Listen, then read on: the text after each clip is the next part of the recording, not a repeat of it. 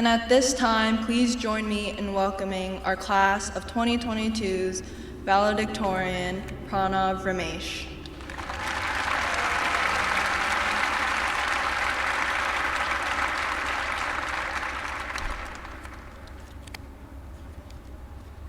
Good afternoon, parents, families, teachers, staff, and the class of 2022.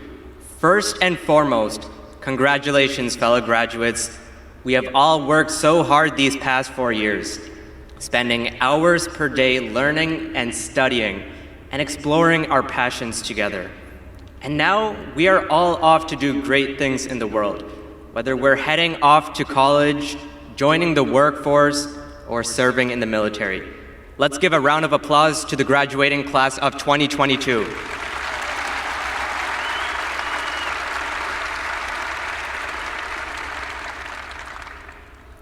The path through high school has definitely been a winding one, with all those late nights, cramming for tests and quizzes, the excitement we experienced when we finally understood that elusive geometry proof, that confusing time when we believed that the nucleus was the powerhouse of the cell, and the stressful 5 minutes of skimming Spark Notes before taking a reading check in English.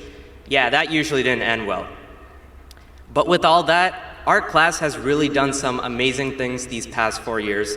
It's insane. Our salutatorian, Carolyn Klein, led the production of our school's amazing Mind's Eye literary magazine. Ayushi Bhattacharjee is a master of science, engineering, and the culinary arts. Anthony Chen is a musical maestro of the cello. Abigail Donovan never fails to demonstrate her prowess in the social sciences during Connecticut History Day competitions. Aryan Kalia is a virtuoso mathematician. If you ever wanted to predict the orbits and trajectories of asteroids near our planet, Jaideep Naik is the person for you. Whether it's strategizing to success on the robotics team or debating to victory in Model United Nations, Arav Nair demonstrates his aptitude as an impactful leader. Michael No is a passionate scholar of math and enjoys sharing his love for math through math team tournaments.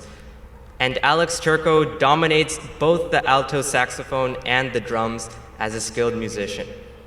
And the rest of you have all done truly impactful activities that have benefited both us and our community. But all of this couldn't be accomplished without support. We were able to achieve everything we wanted with help from our teachers, our parents, our friends, Google, and so many more. There's a Sanskrit phrase we say in my culture, Mata, Pita, Guru, Devam. Mother, Father, teacher, and God or nature. These are the folks that have looked out for you throughout your academic career and personal life. Our families have helped us grow so much to encourage us to pursue our passion by helping us with tough homework assignments and bringing us to sports practices and music recitals.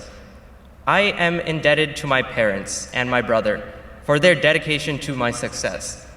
From helping me understand that tough circular motion concept in physics, to collaborating with me to create cool apps, to driving my robotics teammates and me right back to our competition after we had to return home due to inclement weather. Thank you, Amma, Appa, and Keshav.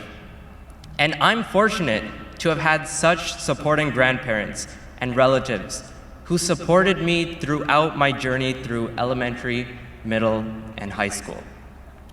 And our teachers have looked after us in the classroom, working to help us fully maximize our potential, make and set goals, and become more excited about our interests.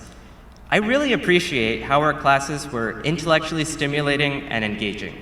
I'll never forget that first week of freshman year in physical science, when Mr. Krause demonstrated how to make a giant isopropyl cannon that shoots plush balls using gas pressure, or when we performed skits in French with Mr. Mabasa.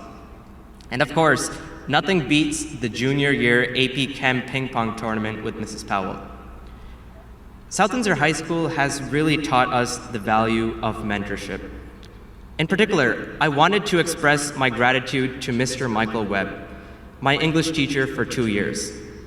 Throughout high school, Mr. Webb has been an incredible teacher and friend. His mentorship and guidance in freshman English and American Lit with him were, well, lit. The excitement he expresses for any topic, whether it's English, modern issues, or definitely how Syracuse is objectively better than Notre Dame, is truly representative of someone who goes above and beyond to provide an academically stimulating experience for our students. So thank you, Mr. Webb, and I hope you're still rocking those Syracuse socks we got for you in freshman year. We all know how much you love Syracuse. Now, something that Mr. Webb always emphasized in his class was the idea of curiosity. It all comes down to the fundamental question of why. Why do we do the things that we do? Why do others act the way they do? Why are things the way they are? Curiosity requires patience and practice, and is especially important in those collaborative environments where you have to work with people whom you don't know well, or maybe just generally in life when you're learning or trying something new. So class of 2022 graduates, be curious. Learn about people, about our world, about our universe, and if it exists, maybe even about our multiverse of madness. You might not know everything, everywhere, all at once, but let your curiosity know no bounds, or limits, as Mr. Epler would say. Strive to understand patterns in anything and everything, because perhaps nothing is truly random. Look for predictability in unpredictability, certainty in uncertainty, and order in disorder. In combinatorics, the mathematical idea of Ramsey theory tells us that ideal randomness is all but impossible, and that there is some pattern in apparent chaos. So if your exploration leads you to the ends of the earth, remember that chasing your curiosity will always lead you to success. So when the opportunity presents itself, take that chance. As Michael Scott, the famed manager of a paper company in Scranton, Pennsylvania, once said, Wayne Gretzky once said that you miss 100% of the shots that you don't take. So with that in mind, what's next? Well, we've made it to the end. We've done it. But I'm not a big fan of the word graduating. This isn't the end. Instead, let's call it a commencement, a start of a new journey that we're all about to embark on. Whenever programmers start learning a new language, they write a line of code that prints 2 simple universal words. So why don't we take a leaf out of their book? Or more accurately, a line out of their code. Goodbye, high school, and hello, world. Thank you.